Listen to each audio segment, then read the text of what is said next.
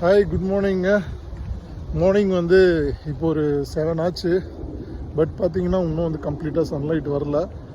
எந்திரிச்சோன்னா ஒரு குட்டி வாக் போகலாம் அப்படின்னு சொல்லிட்டு அப்படியே வெளியில் வந்தேன். 6 டிகிரிங்க. பட் இருந்தாலும் பார்த்தீங்கன்னா பயங்கரமாக விண்டியாக இருக்கங்காட்டி பார்த்தீங்கன்னா ரொம்ப சில்லுன்னு இருக்குது. It's very tough, but it's okay.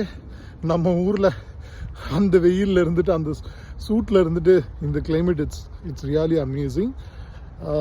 But நம்ம பாடியை கொஞ்சம் வார்மாக வச்சுக்கணுன்னா கண்டிப்பாக நடக்கணும். அப்போ தான் வந்து கொஞ்சம் இட் வில் பி குட்.